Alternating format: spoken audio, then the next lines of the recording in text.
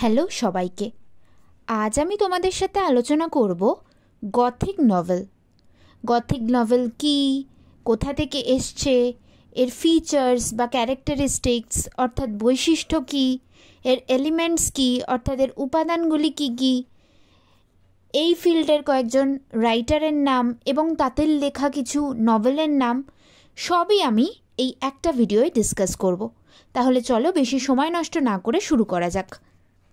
প্রথমেই বলি, what is Gothic novel অর্থাৎ গথিক উপন্যাস কি। Gothic novel is a pros work that covers. Gothic উপন্যাস হলো গল্পের আকারে লেখা এমন কাজ যার উপাদানগুলি কি কি?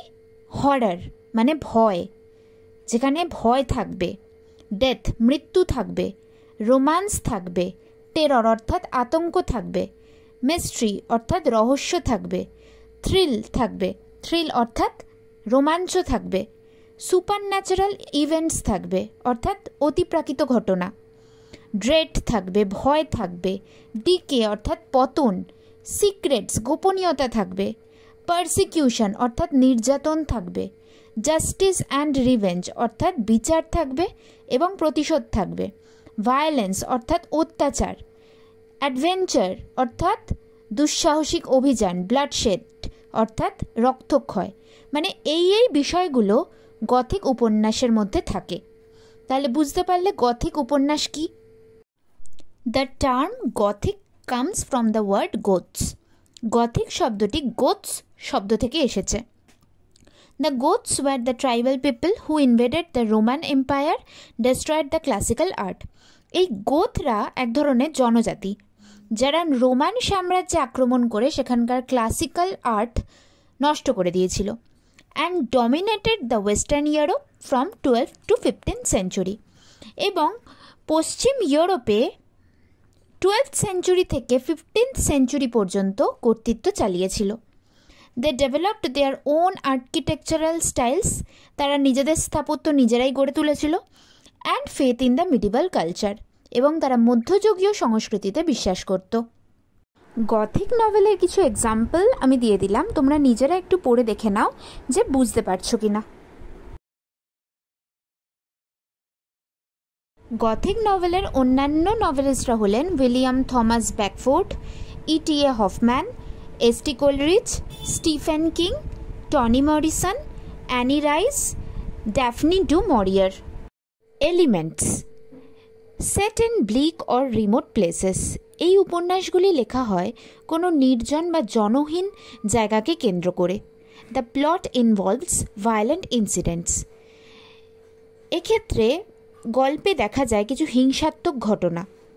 সেটিং আইসোলেটেড প্লেস ফাঁকা জায়গা, গ্লুমিনেস অন্ধকারাচ্ছন্নতা, হরার ভয় ইত্যাদি এই উপন্যাসে দেখা যায়। The characters are psychologically ill. মানসিকভাবে চরিত্রগুলি একটু অসুস্থ থাকে। Curses or prophecies. এই ধরনের উপন্যাসে আমরা এমন দেখতে পাই কেউ কাউকে অভিশাপ দিচ্ছে বা কেউ ভবিষ্যৎবাণী করছে ইত্যাদি এই উপন্যাসে দেখা যায়। Intense emotions that resulting in crying and emotional speeches.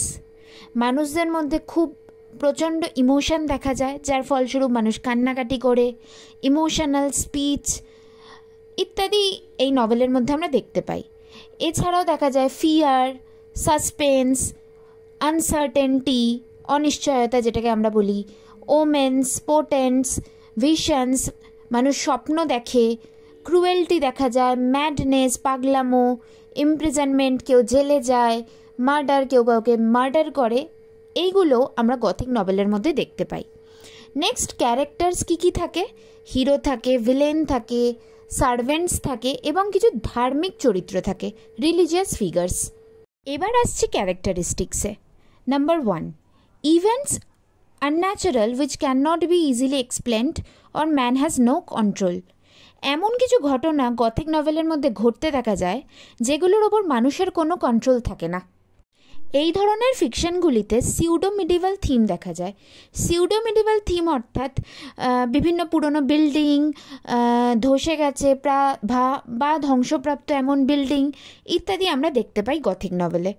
এছাড়া ডার্ক ক্যাসেল, অন্ধকারাচ্ছন্ন প্রাসাদ, প্যালেসেস, মোনাস্ট্রিজ, চেম্বার্স, হন্টেড ম্যানশনস বা বিল্ডিং, কনভেন্টস, এগুলো সবই গথিক নভেলের মধ্যে আমরা দেখতে পাই। এছাড়া গথিক নভেলের মধ্যে প্রেজেন্স অফ ঘোস্ট, ভূতের প্রেজেন্স দেখতে পাই, স্পিরিট, আত্মা দেখতে পাই, ভ্যাম্পায়ার্স, পিশাচ, এছাড়াও বিভিন্ন ভূতের নাম, জম্বি, ওয়্যারউলভস ইত্যাদি সবই দেখা যায় গথিক নভেলের মধ্যে। থ্রেটেনিং ফিলিং, কিছু হুমকির ভাবনা দেখা যায়।